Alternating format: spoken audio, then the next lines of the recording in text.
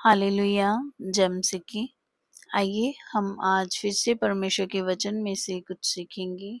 हमने बीते समय में परमेश्वर के वचन में से सीखा था कैसे यूसुफ के जीवन में परमेश्वर की बुलाहट थी और परमेश्वर ने अपनी बुलाहट उसके जीवन में पूरी की। कैसे परमेश्वर की योजना के तहत यूसुफ को परमेश्वर आगे आगे बढ़ाते गए। तो हम लगातार परमेश्वर की बुलाहट के बारे में सीख रहे हैं और ये वचन हम लगातार इसलिए सीख रहे हैं ताकि हम भी उठें और परमेश्वर के कामों को निडरता के साथ करें और आगे बढ़ें। ये जो समय है, इस समय में हम सबको आगे आने की ज़रूरत है ताकि हम परमेश्वर के नाम का प्रचार हर उस जगह पे करें जहाँ तक अभी परमेश्वर का वचन नहीं पहुँचा। आप सब लोग परमेश्वर के बच्चे हो।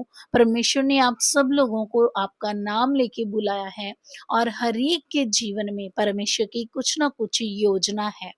तो आपके जीवन में भी परमेश्वर की जो योजना है, जो बुलाहट है, प्रभु यीशु मसीह के नाम से वो पूरी होने पाए। आइए हम आज परमेश्वर के वचन में से सीखेंगे। हम आज दाऊद के जीवन में से सीखेंगे कि कैसे परमेश्वर की बुलाहट दाऊद के जीवन में थी और परमेश्वर ने किस तरह उनको इस्तेमाल किया और आगे बढ़ाया। तो आज हम पढ़ रहे हैं पहला शमूएल और उसका 16 चैप्टर। तो क्या लिखा है, यहोवा ने शमूएल से कहा, मैंने शाऊल को इज़राइल पर राज्य करने के लिए तुच्छ जाना है।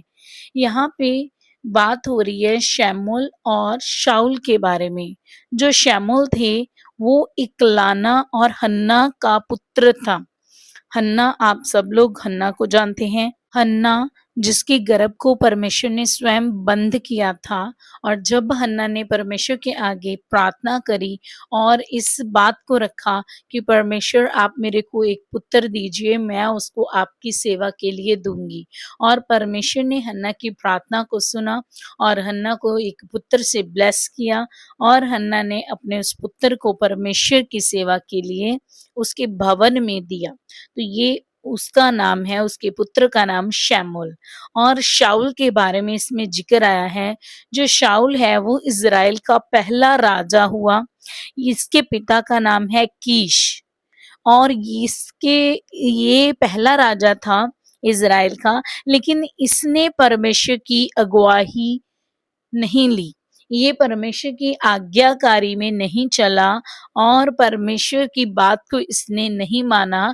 इस कारण से परमेश्वर का आत्मा इसके ऊपर से उठ गया और फिर परमेश्वर ने इसको अपने राज्य के लिए, उस राज्य के लिए परमेश्वर ने इसको तुच्छ जाना। और अब परमेश्वर एक अपने नए दास को, एक व्यक्ति को परमेश्वर खड़ा करना चाहता है उस राज्य के लिए। इसी तरह हमें इस बात से क्या सीखने को मिलता है, जब हमारे जीवन में परमेश्वर की बुलाहट होती है, जब हमसे परमेश्वर कुछ काम लेना चाहते हैं, तो हमें अपने जीवन को सरेंडर करना है। हमें परमेश्वर की आज्ञाकारी में, अधीनता में आगे बढ़ना है। जब जैसे कुम्हार होता है, वो मिट्टी को लेता है और बर्तन को बनाता है। जब एक बार बर्तन सही तरीके से नहीं बनता तो फिर से वो मिट्टी को गूंथता है, पानी मिलाता है और फिर से उससे बर्तन बनाने की कोशिश करता है।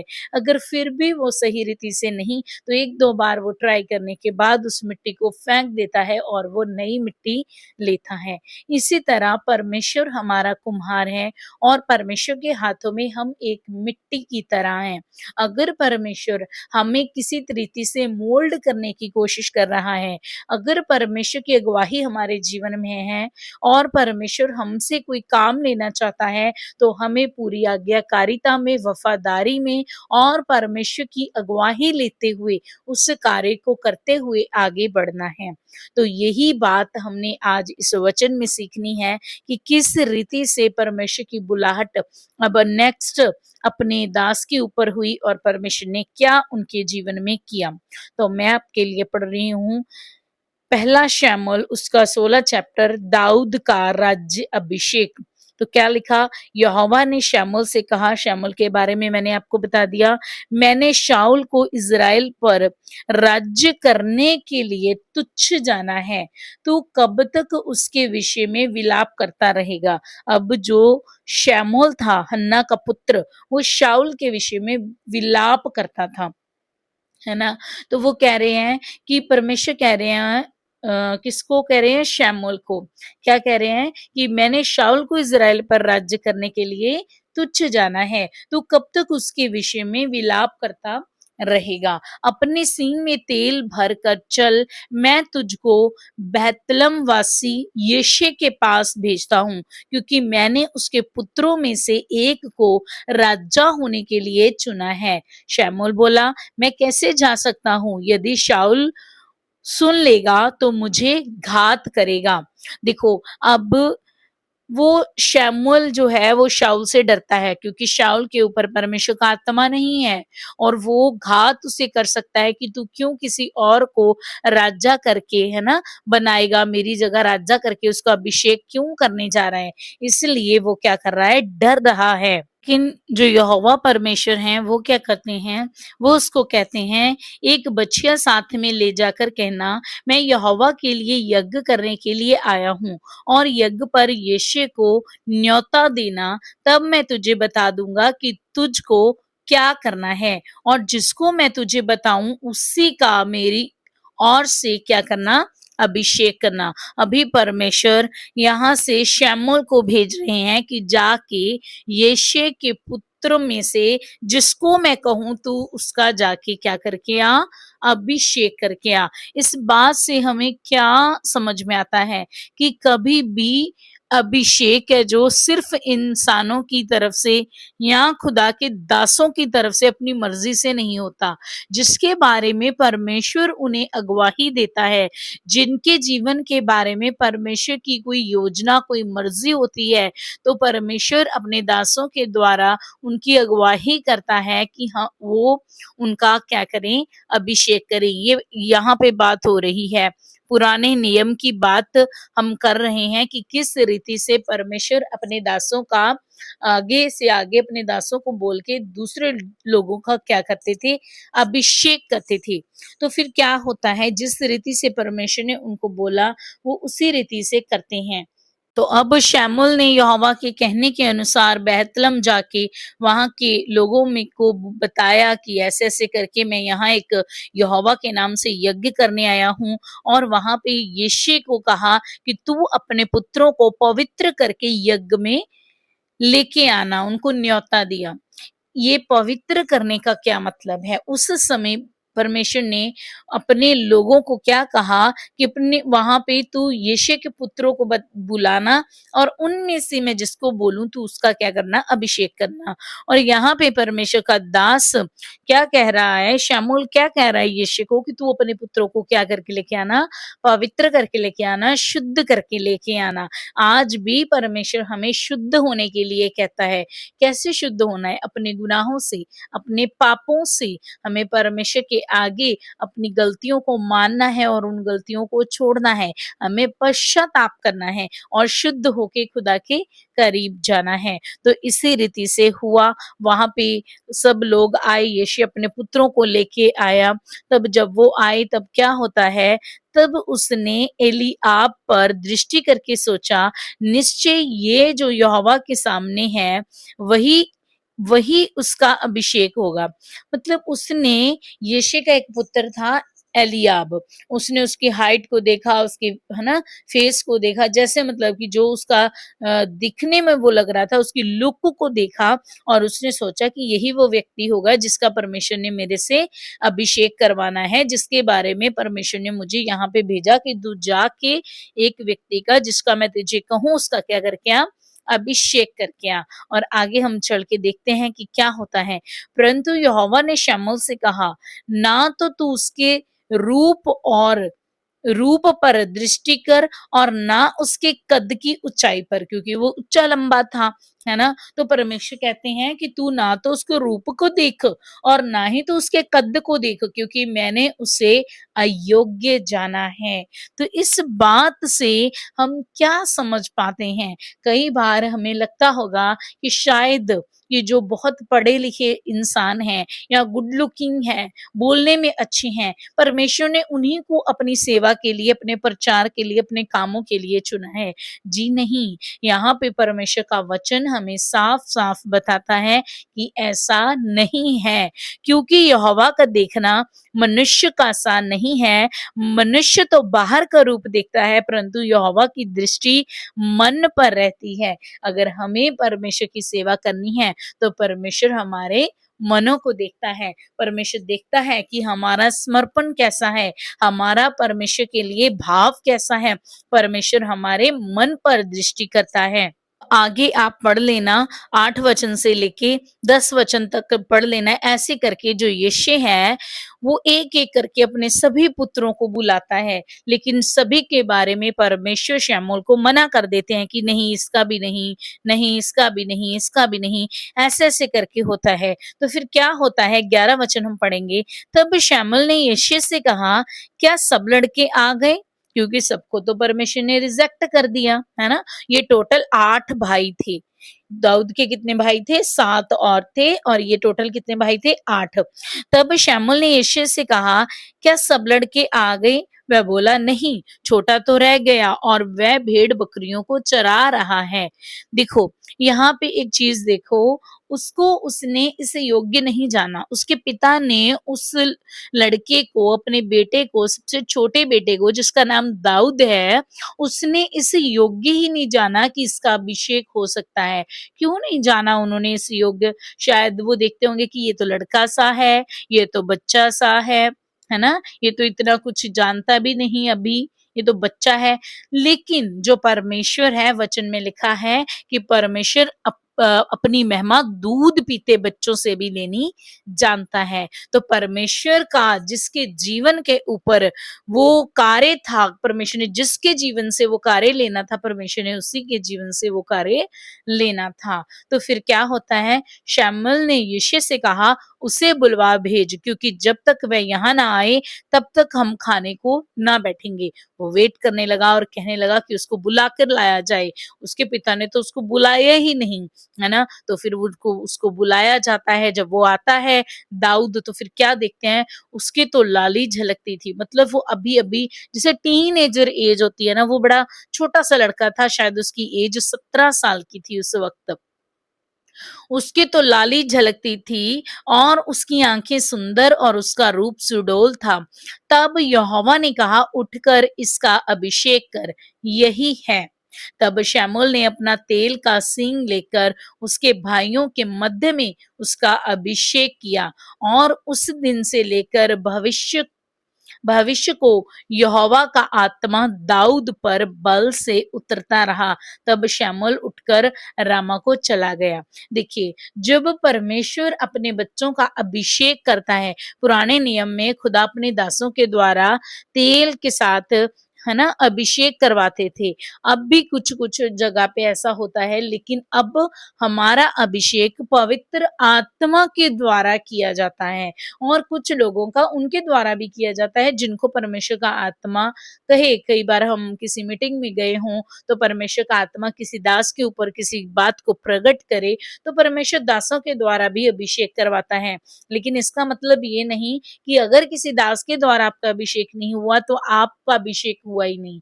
नहीं, परमेश्वर अब क्या होता है, यीशु मसीह के नाम से पवित्र आत्मा के द्वारा आपका अभिषेक होता है। जैसे हम नए नियम में पढ़ते भी हैं कि हमारा अभिषेक किया गया ताकि हम क्या करें, सुसमाचार का प्रचार करें। आगे क्या होता है, आगे ये आप पढ़ लेना 14 वर्सेस की 16 का 14 इसमें लिखा हुआ है कि कैसे शाऊल पर से परमेश्वर का आत्मा उठ गया और उसके ऊपर एक दुष्ट आत्मा आती थी। तो फिर बुलाया गया दाऊद को और दाऊद बीना बजाता था। जैसे जैसे वो बीना बजाता था तो वैसे वैसे वो आत्मा उतर जाता था। जो दाऊद था वो इतना अच्छा था और उनका जो हथियार ढोने वाला भी बना। जो दाऊद था वो शाऊल का और उसके लोगों का हथियार ढोता था, एक जगह से दूसरी जगह जैसे लेके जाते हैं ना, तो ऐसे ढोता था। और जो शाऊल था उसका बड़ा प्रेम हो गया दाऊद के साथ। तो उसके बाद आगे क्या होता है हम पढ़ेंगे इसका चैप्टर 17। तो क्या लिखा, गोलियत की समस्त इज़राइल को चुनौती। अब यहाँ पे क्या होता है, आगे चल के अब दाऊद का अभिषेक हो गया है ना, और परमेश्वर का आत्मा दाऊद के ऊपर बल से उतरता था और उसके ऊपर था। तो आगे क्या होता है, अब फिलिस्तियों ने युद्ध के लिए अपनी सेनाओं को इकट्ठा किया और यहूदा देश के सोको में एक साथ होकर सोको और अजेका के बीच इपेस दमीम में डेरे डाले। ठीक है।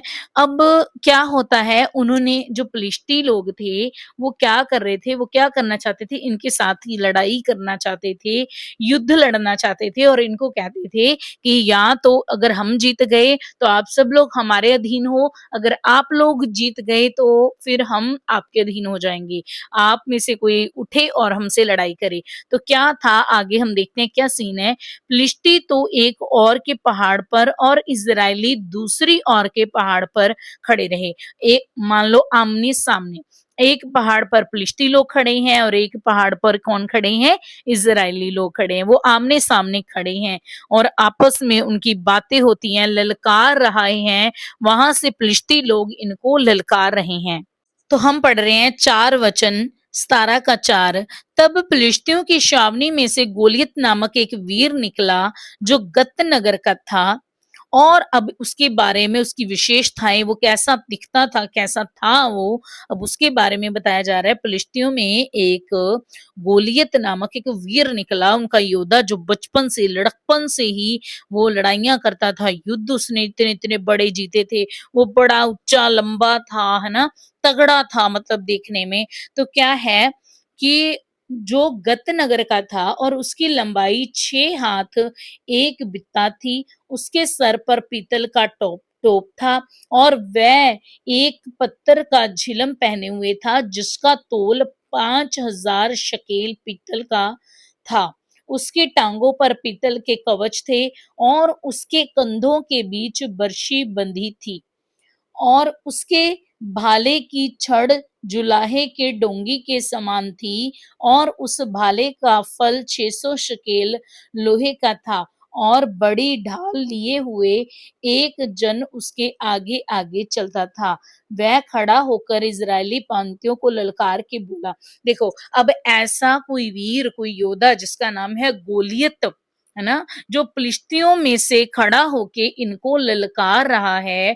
वो ऊंचा लंबा, जैसे बहुत हाइट का ऊंचा था वो, और उसने अपना जो भी उसकी उसके बारे में बताया गया कि कैसे उसने झिलम पहना था, कैसे उसने टोप पहना था, कैसे उसके हाथ में, है ना, कैसा भाला था, उसके बारे में ये सारा कुछ बताया गया। अब वो इनको ललकार रहा है और इनको लड़ाई के लिए कह रहा है, तुमने यहाँ आकर लड़ाई के लिए क्यों पांति बांधी है? क्या मैं फिलिस्ती नहीं हूँ और तुम शाऊल के अधीन नहीं हो? अब वो पूछता है कि तुम लोग मेरे सामने कैसे खड़े हो सकते हो, है ना, कि तुम में तो इतना बल नहीं, इतनी शक्ति नहीं, कि मैं तो एक फिलिस्ती हूँ, मैं तो इतने युद्ध जीत चुका हूँ, इतनी जगह पे मैंने लड़ाइयां लड़ी, मैंने लोगों को हराया है। इनको कह रहा है, अपने में से एक पुरुष चुनो कि वह मेरे पास उतर आए, यदि वह मुझसे लड़कर मुझे मार सके तब तो हम तुम्हारे अधीन हो जाएंगे, परंतु यदि मैं उस पर प्रबल होकर मारूं तो तुमको हमारे अधीन होकर हमारी सेवा करनी पड़ेगी। अब ये उसने बात सबके सामने रखी कि या तो कोई व्यक्ति खड़ा करो और वो मेरे से आके लड़े, और अगर तुम जीत गए तो हम सब लोग तुम्हारे अधीन हो जाएंगे। और ये फिलिस्तियों का इतना ऐसे करके बड़ा उनके ऊपर डर का माहौल वहां पे बन गया। और क्या होता है, उस फिलिस्ती की इन बातों को सुनकर शाऊल और समस्त इजरायलियों का मन कच्चा हो गया और वह अत्यंत डर गए। देखो, शाऊल भी डर गया, जबकि वो किसी समय राज्य करता था, उसने भी लड़ाई जीती थी, है ना? तो वो भी इस पलिश्ती से, इस गोलियत से डर रहा है। क्यों डर रहा है? हमारे जीवन में कई बार बहुत सारी जगहों में, बहुत सारी चीज़ों में हमें डर लगता है, हम चीज़ों से डरते हैं। कब डरते हैं? जब परमेश्वर का आत्मा हमारे साथ ना हो, तब डर का आत्मा हमें घेरता है, डर का आत्मा हमारे ऊपर प्रबल होता है। यदि परमेश्वर हमारे साथ होता है, तो हमें किसी से डरने की ज़रूरत नहीं होती। तो फिर हमें किसी चीज़ का डर नहीं होता, किसी चीज़ का भय नहीं होता, क्योंकि हमें अपने परमेश्वर के ऊपर पूरा दृढ़ विश्वास होता है। आगे हम पढ़ेंगे 13 वचन।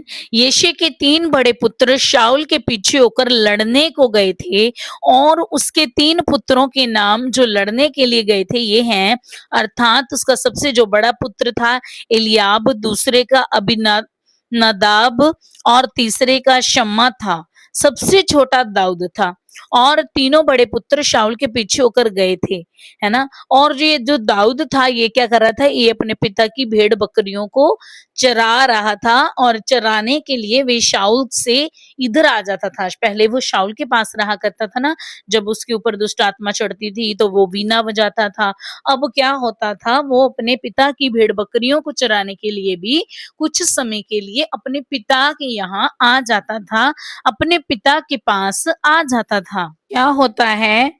तो उसका पिता कहता है, दाऊद का पिता कहता है कि तू एक काम कर, तू रोटियां ले ले, उसको रोटी वगैरह खाने को कुछ बांध के देता है, पनीर की ये 10 टिक्कियां उसके, है ना? वहां पे सेनापति के लिए और बहुत सारी ऐसी चीजें, रोटियां वगैरह वो उसको पैक करके देता है और उसको भेजता है और कहता है, 19 वचन में लिखा है, हम पढ़ रहे हैं, शाऊल और तेरे भाई और समस्त इजरायली पुरुष इला नामक तराई में फिलिस्तियों से लड़ रहे हैं। अत दाऊद सवेरे उठ भेड़ बकरियों को किसी रखवाले के हाथ में छोड़कर यिशै की आज्ञा के अनुसार उन वस्तुओं को लेकर चला। अब क्या होता है? उसका जो पिता है वो उसको ये रोटी वगैरह बांध के देता है, पनीर की टिक्कियां बांध के देता है और कहता है कि तुम्हारे भाई ऐसे करके वहां पे हैं और वहां लड़ रहे हैं, तो तू ऐसा कर, तू उनके पास जा और उनकी खबर लेके आ, देख के आ कि वो ठीक ठाक भी हैं। तो अब वो किसी और के हाथ में अपनी भेड़ बकरियों को छोड़ के वो निकल पड़ता है, अपने पिता की आज्ञा को मानता है। यहाँ पे देखें, वो डरता नहीं, वो घबराता नहीं, वो आज्ञाकारी है, वो अपने पिता की आज्ञा के अनुसार कर रहा है, अपने पिता की बात को मान रहा है।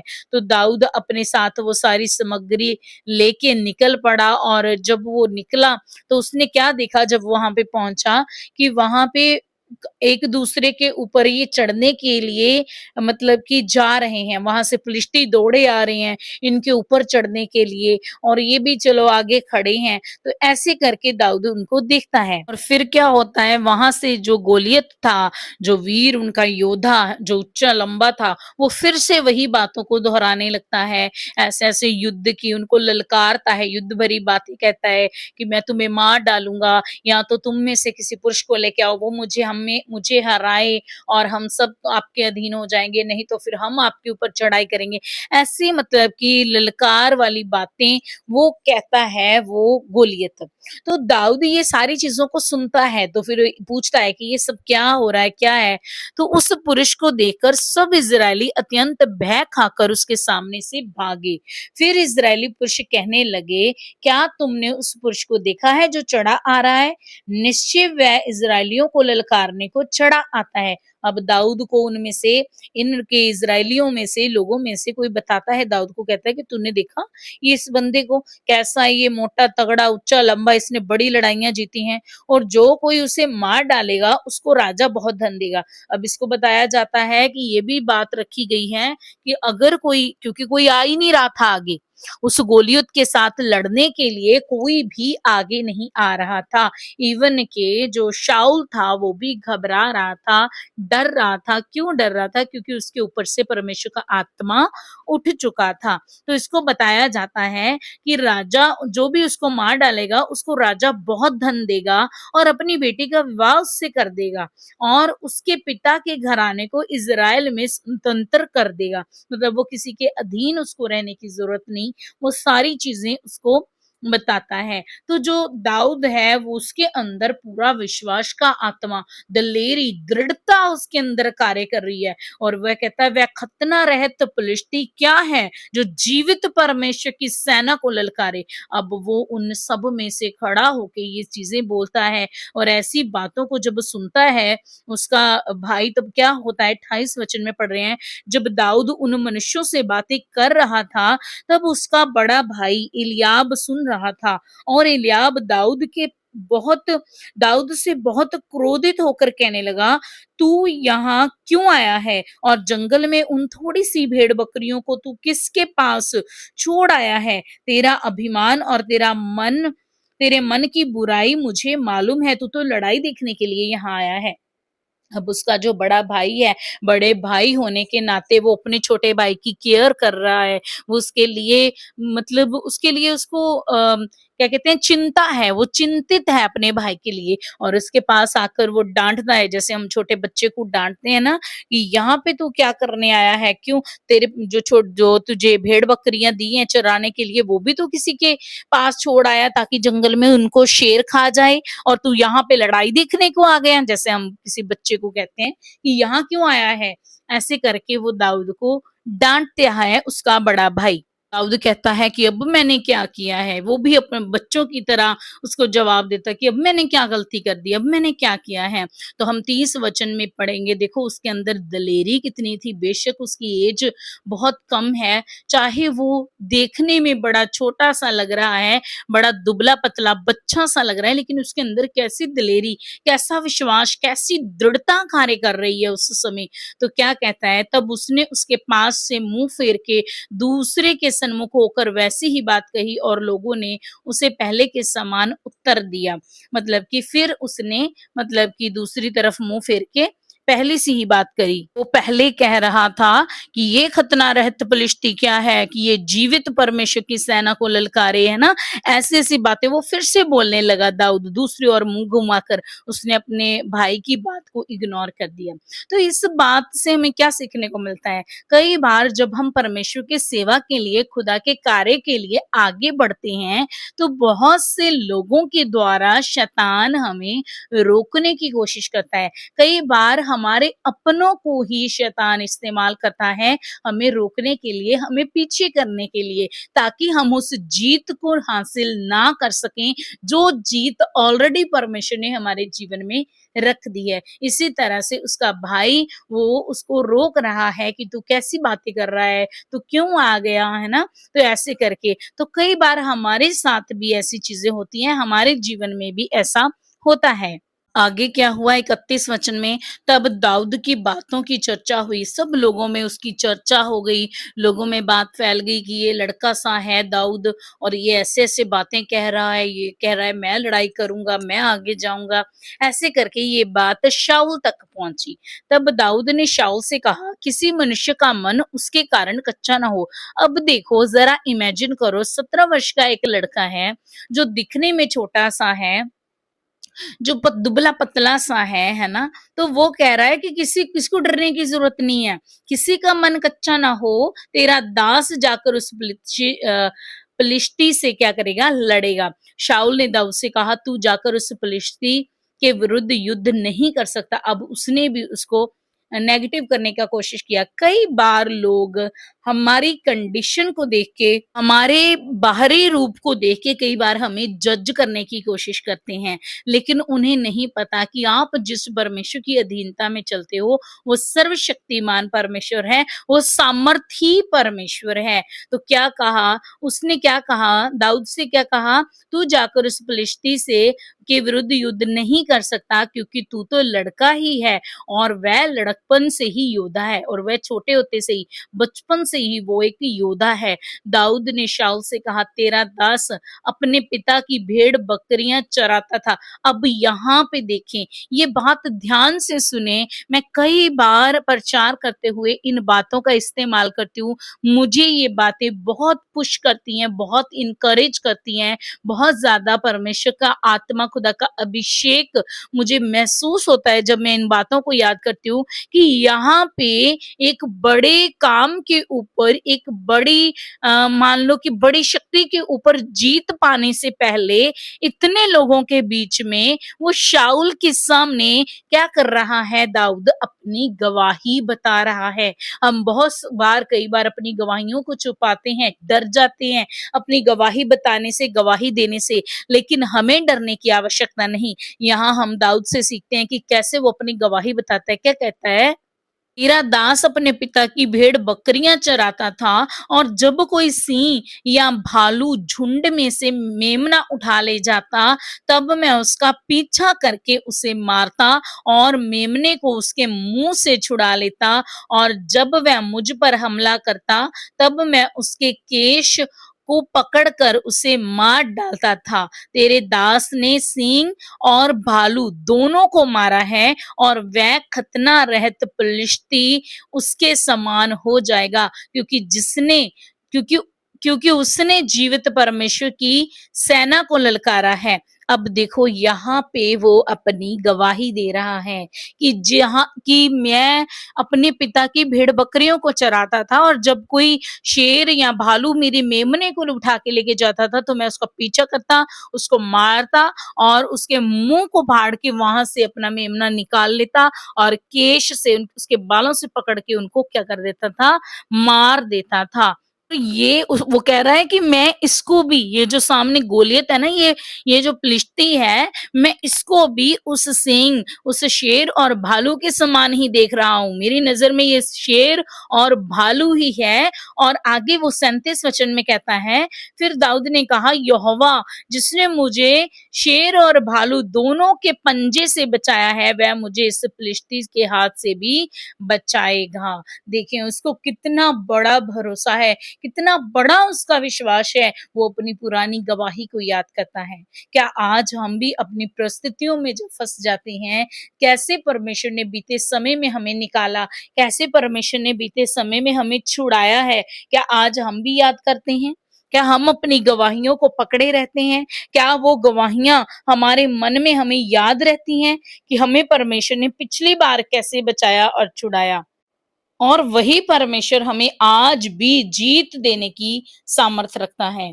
तो अब उसको कैसा बड़ा भरोसा है। अब शाऊल ने भी उसके ऊपर विश्वास कर लिया, उसे कपड़े पहनाए गए, उसे, है ना, जो भी था उसको झिलम पहनाया गया, उसके हाथ में वो तलवार पकड़ा दी गई, उसको वस्त्र पहनाए गए, सब कुछ जो भी एक योद्धा का रूप होता है, इसी तरीके से उसको भी पीतल का टोप उसके सर पर रख दिया गया, झिलम पहना दी गई। तो वो अब चल के देख रहा है, तो वो कह रहा है कि नहीं नहीं, ये उतार दो मेरे पे से, मुझे ये सब की आदत नहीं है, मैंने कभी इसको परखा नहीं है, इन सारी चीजों को मैंने कभी ऐसा कुछ भी इसको पहन के कभी किसी के साथ युद्ध नहीं लड़ा, तुम इन सारी चीजों को मेरे ऊपर से उतार दो।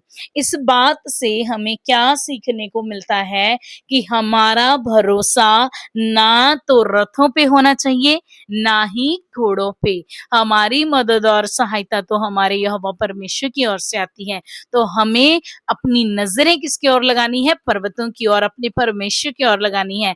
हमारी मदद और सहायता परमेश्वर की ओर से आती है। उसने वो सारी चीजें उतार दी। अब उसके हाथ में क्या है? उसके हाथ में गुलेल, जो हमेशा वो अपने हाथ साथ रखता था जब वो अपनी पिता की भेड़ और बकरियों को चराता था।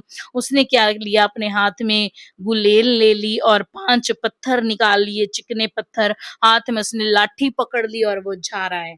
अब आप पढ़ सकते हो 41 वचन में, जब वो चलते चलते जा रहा है, जब उसको फिलिश्ती चलते चलते दाऊद के निकट पहुंचने लगा, उसने, है ना, अब फिलिश्ती की कैसी है उस जो स्थिति है उस समय, कैसा उसका पहरावा, उसके हाथ में, है ना, बड़े से बर्शा है। हम पढ़ लेते हैं तो क्या होता है, पहले हम ये पढ़ते हैं कि दाऊद जब जाता है तो वो क्या कहता है। 42 वचन, जब फिलिस्ती ने दृष्टि करके दाऊद को देखा, तब उसे तुच्छ जाना, उसने तुच्छ जाना क्योंकि वो छोटा सा लड़का था और उसके हाथ में कोई लड़ाई के लिए कोई तलवार नहीं, कोई झिलम नहीं, कोई टोप नहीं, कोई कुछ नहीं। उसको योद्धे की तरह तो वो लगा ही नहीं, वो उसको लड़ाई करने आया हुआ कोई योद्धा तो उसको मालूम ही नहीं हो रहा था वो, क्योंकि उसके हाथ में कुछ भी ऐसा नहीं था, क्योंकि वह लड़का ही था और उसके मुख पर लाली झलकती थी और वह सुंदर था। तब फिलिस्ती ने दाऊद से कहा, क्या मैं कुत्ता हूँ कि तू लाठी लेकर मेरे पास आता है ना? तो फिर वो अपने देवताओं को मतलब कि वो करने लगा, उनकी महिमा करने लगा और उनका नाम लेके दाऊद को कोसने लगा, उसको भली चंगी बातें कहने लगा। और जो फिलिस्ती था वो कैसा था, जब फिर क्या होता है 45 वचन में हम देखेंगे, दाऊद ने फिलिस्ती से कहा, तू तो तलवार और भाला और सांग लिए हुए मेरे पास आता है, परंतु मैं सेनाओं कि यहोवा के नाम से तेरे पास आता हूँ, जो इज़राइली सेना का परमेश्वर है, और उसी को तूने ललकारा है। देखें, यहाँ पे भी दाऊद वहां अब मैदान में खड़ा होकर, जंग के मैदान पे खड़ा होकर वहां पे भी अपने यहोवा परमेश्वर की महिमा करता है। उसके सामने भी कहता है कि तूने हमें नहीं, तूने यहोवा परमेश्वर ही को ललकारा है ना? तूने उसको ललकारा है। आज के दिन यहोवा तुझको मेरे हाथ में कर देगा और मैं तुझको मारूंगा और तेरा सर तेरे धड़ से अलग करूंगा। और उसने ऐसे करके उसको कहा कि हाँ, मैं तेरे ऊपर प्रबल हो जाऊंगा, मुझे जीत देगा मेरा यहोवा परमेश्वर। और 47 वचन में ऐसे लिखा, और ये समस्त मंडली जान लेगी कि यहोवा तलवार या भाले के द्वारा जयवंत नहीं करता, इसलिए कि संग्राम तो यहोवा का ही है और वही तुझे हमारे हाथ में कर देगा। हालेलुया। उसको कितना बड़ा भरोसा है अपने यहोवा परमेश्वर के ऊपर, और वो कहता है कि किसी भी तरह की हमें डरने की जरूरत नहीं, क्योंकि युद्ध तो आप ही यहोवा परमेश्वर ही लड़ेगा और तुझे हमारे हाथों में क्या कर देगा, दे देगा, और हमें तुम तेरे ऊपर क्या करेगा, जीत देगा। तो फिर क्या होता है, फिर दाऊद ने अपनी थैली में हाथ डालकर उसमें से एक पत्थर निकाला और उसे गोफन में रखकर फिलिस्ती के माथे पर ऐसा मारा कि पत्थर उसके माथे के भीतर घुस गया और वह भूमि पर मुंह के बल गिर पड़ा। हालेलुया। देखें, जब आपका विश्वास आपके यहोवा परमेश्वर पे होता है, जब आप पूरी दृढ़ता, पूरे विश्वास के साथ मैदान में उतरे हो, दुष्ट के साथ लड़ाई करने के लिए, युद्ध करने के लिए अब निकले हो, यहोवा के नाम से, प्रभु के नाम से आप अपने अधिकार को लेते हुए, तो आपका एक भी निशाना इधर उधर नहीं जाएगा, वो करेक्ट जगह पे लगेगा। पहला ही पत्थर उसने निकाला और उसके माथे के बीचों बीच लगा और पत्थर के द्वारा उसको मार डाला गया। तब क्या हुआ, 51 वर्ष में क्या लिखा, तब दाऊद दौड़कर फिलिस्ती के ऊपर खड़ा हो गया और उसकी तलवार पकड़कर म्यान से खींची और उसको घात किया और उसका सर उसी तलवार से काट डाला। ये देखकर हमारा वीर मर गया, फिलिस्ती भाग गए और इन्होंने जाके उनके ऊपर क्या कर लिया, कब्जा कर लिया। तो देखें खुदा के प्रयोग, कैसे परमेश्वर ने अपने दास दाऊद को जीत दी। क्यों जीत दी परमेश्वर ने? क्योंकि उसका विश्वास बड़ा था, क्योंकि वह परमेश्वर की अधीनगी में चलता था। कैसे विश्वास का आत्मा हमारे जीवन में कार्य करता है? जब हम परमेश्वर की अगुवाई में चलते हैं, जब हमें पता होता है कि परमेश्वर की हजूरी हर समय हमारे अंग संग है, जब हमें पता होता है कि हम निरंतर अपने यहोवा परमेश्वर की आंखों के सामने रहते हैं और हम परमेश्वर की नजर में और उसकी नजदीकियों में हैं, परमेश्वर का सामर्थी हाथ हमारे जीवन के ऊपर बना हुआ है, तो परमेश्वर फिर हमें हमारे जीवन की हर परिस्थिति में सफलता देता है। तो खुदा के प्रियो, आपके जीवन में भी अलग अलग तरीके के गोलियत होंगे। हो सकता है आपके जीवन में किसी बीमारी का गोलियत हो, किसी दुख का, कष्ट का, नशे का, कर्जे का, या किसी भी तरह का गोलियत आपके सामने खड़ा हो, जिसको देख के लोग तो डर रहे हैं और लोग आपको भी डराने की कोशिश कर रहे हैं कि नहीं नहीं, ये इस पे तो तुम कभी जीत नहीं पा सकते, इसके ऊपर तो तुम कभी भी जयवंत नहीं हो सकते। लेकिन आप लोगों की बातों के ऊपर भरोसा न रखें, आप अपने यहोवा परमेश्वर की ओर देखें और केवल उसी के ऊपर भरोसा रखें। और सचमुच परमेश्वर हमें हर स्थिति में, हर परिस्थिति में जीत देने की सामर्थ रखता है। कोई भी दुख, कोई भी मुश्किल, कोई भी गोलियत हमारे परमेश्वर की सामर्थ से बड़ा नहीं। वो हर जगह पे हमें जयवंत करने की सामर्थ रखता है। केवल हमें उसकी दृढ़ता में, उस विश्वास में चलना है। जब हम विश्वास में चलते हैं और अपने अधिकार को लेते हुए खड़े हो जाते हैं, तो हमारे जीवन का हर गोलियत हमारे जीवन को छोड़ के भागता है और परमेश्वर आपको जयवंत करता है। हम परमेश्वर का धन्यवाद करते हैं, खुदा का शुक्र करते हैं। इन वचनों के द्वारा परमेश्वर आप सबको आशीष और बरकत दें। आमीन।